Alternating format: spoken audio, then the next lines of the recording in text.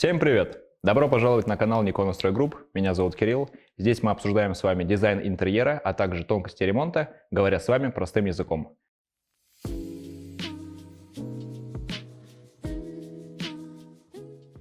Сегодня я хочу обсудить с вами очень важный вопрос. Как начать ремонт?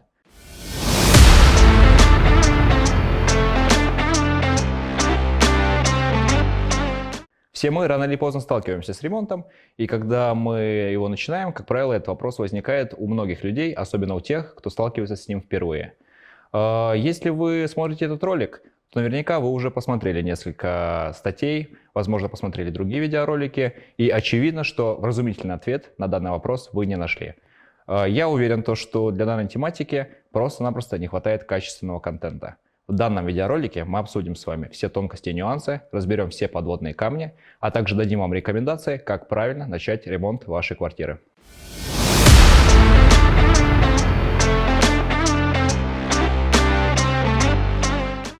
Что ж, начнем. Один момент. Первое, что я хочу с вами обсудить, это дизайнерский проект. Зачем он нужен, почему люди готовы тратить на него деньги? Ведь у нас в России распространено мнение о том, что дизайнерский проект – это нечто лишнее, это блажь, которая не стоит своих денег и времени, что деньги, потраченные на дизайн-проект, гораздо лучше потратить на что-то более важное, например, на более дорогостоящие материалы, либо же на дополнительные опции в вашей квартире. Поверьте мне, это заблуждение. Ни одна серьезная компания, работающая на рынке ремонтных услуг, не работает без дизайн-проекта. Почему? Во-первых, дизайн-проект – это свод документов, которые включают в себя в том числе, первоначально, детализированный обмер помещения. Зачем он нужен? Обмер помещения, проведенный профессиональным дизайнером, это не просто ширина ваших стен, высота потолка, расположение дверей. Нет. Это детализированные координаты каждого объекта в вашем помещении до и после ремонта. Только на основании такой информации вы сможете правильно рассчитать, во-первых, бюджет, необходимый вам для выполнения ремонтных работ, а во-вторых, непосредственно те работы, которые должны быть проведены. Если вы будете действовать без обмеров и тем более без дизайн-проекта, то вы в итоге столкнетесь с тем, что прямо во время процесса ремонта будут возникать определенные недочеты, недосчеты. Вы будете сталкиваться с тем, что вам будет необходимо докупать материал. А здесь не хватило шпаклевки. Либо же доплачивать определенные услуги, которые ранее просто не были учтены. Дополнительные траты – это всегда досадно и неприятно.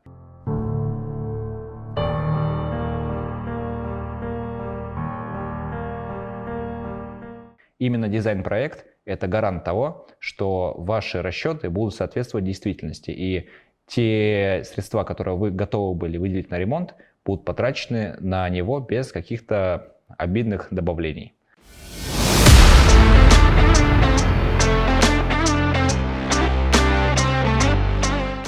Следующий момент касаемо дизайн-проекта.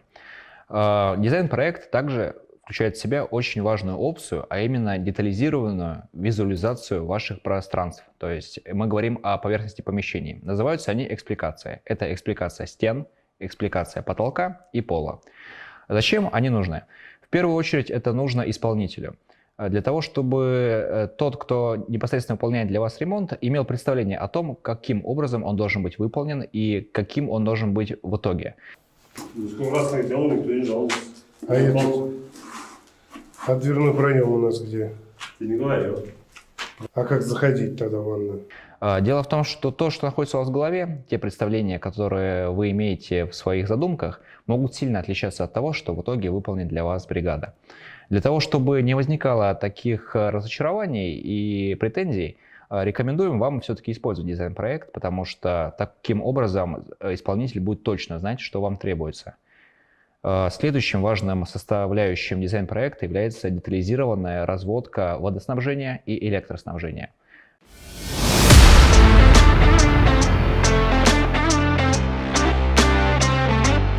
Это также необходимо, потому что когда вы принимаете заказ без дизайн-проекта, то в итоге вы сталкиваетесь с тем, что, допустим, элементарно даже выключатели, которые находятся в комнатах, могут находиться немножко не там, где вы планировали. Это очень обидно, особенно уже на финальной стадии ремонта. Имея детальную разводку, то есть схематическое расположение всех электроточек, а также прохода непосредственно проводов и труб, вы также нивелируете эту проблему и можете быть уверены в том, что ваши пожелания исполнятся в точности.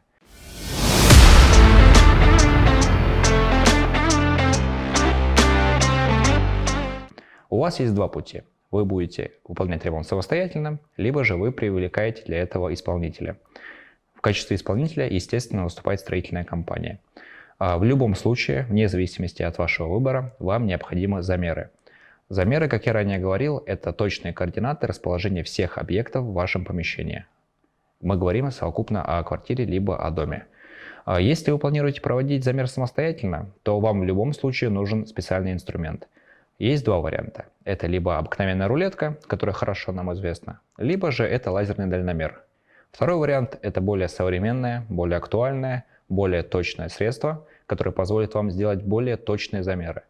Первый вариант, скажем так, морально устарел, и он не гарантирует вам избежание искажения данных, потому что когда вы проводите замер вручную с помощью рук и ленты, это все равно приводит к тому, что где-то вы либо добавляете, либо упускаете определенные величины. То есть это либо высота потолка, либо расстояние между дверьми.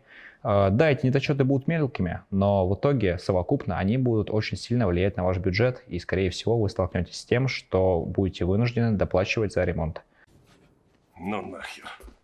Во избежание этого, да, лучше применять лазерный дальномер.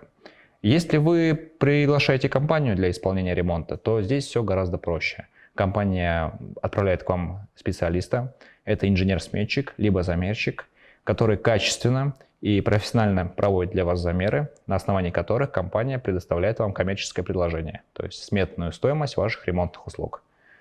Если вас интересует самостоятельный замер помещения, мы планируем в ближайшее время сделать отдельный ролик по этой теме, потому что сказать об этом можно многое, учесть все нюансы, и я уверен, что для вас это будет интересно.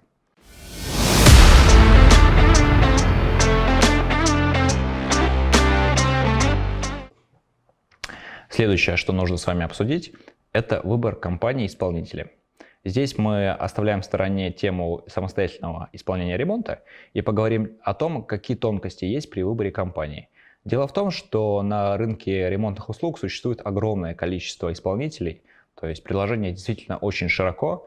На данном рынке существуют, во-первых, очень качественные профессиональные компании, которые долгое время находятся на рынке, а также там существуют, естественно, мошенники, авантюристы, которые не планируют провести для вас качественный ремонт, они скорее планируют на вас заработать. Ну, вот так вставить? Кто? Ну, гипс-картон как вставить? Да без, ну хоть с той, хоть с этой, Андрей, какая смотри, разница? значит, знаешь чего? Объясни, Для того, чтобы мне, например, сейчас закинуть, я сейчас здесь буду закидывать, у меня будет вываливаться Я туда. понимаю, ты ставишь там опаловку, закидываешь, это все застывает. Это все застывает, становится вот такой из А массы. потом ты снимаешь. Потом я Там убираю берет лист. гипсокартон и Ну делает вот. с плиткой. Ну да. вот, хорошо. Это понятно. Так как же отделить зерна от плевел? Первое, что вы должны сделать при взаимодействии с представителем компании, это попросить его продемонстрировать вам предмет договора. Договор подряда.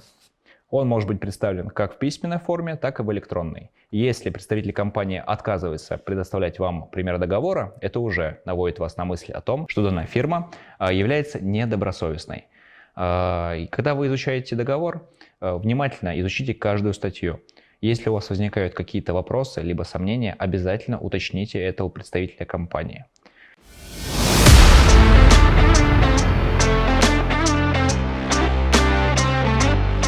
Следующим этапом подбора адекватной, честной компании является обсуждение гарантии. Любая действительно солидная профессиональная команда предоставляет гарантию на свои ремонтные услуги. Как правило, в среднем по рынку гарантийный срок ремонтных работ составляет 3 года. Если компания не предоставляет вам гарантии, то это опять же повод задуматься о том, являются ли их услуги действительно качественными, потому что любой профессионал несет ответственность за свой труд. Кстати, наша компания предоставляет гарантийный срок 5 лет на отделочные работы, а также 10 лет на разводку водоснабжения. Это повод задуматься.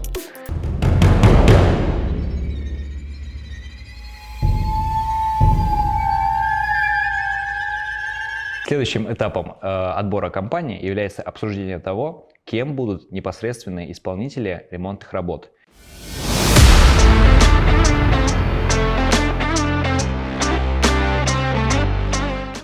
Первое условие, которое вы должны предъявить компании: сотрудники должны быть гражданами Российской Федерации. Второе условие: они должны быть обязательно официально трудоустроены в компанию исполнителя. Здесь нет никаких предвзятых отношений к лицам ближнего зарубежья. Дело в том, что многие недобросовестные компании привлекают иностранный неквалифицированный труд. Эти люди едут из-за границы для того, чтобы заработать, и, как правило, их уровень квалификации, а также опыт не соответствует тем стандартам качества, которые приняты в нашей стране и которые ожидаете вы получить непосредственно от исполнителя. Каждая компания обязана предоставить вам данные об официальном трудоустройстве, и если компания отказывается вам предоставлять данные подтверждения, это опять же повод задуматься о том, является ли данный исполнитель добросовестным.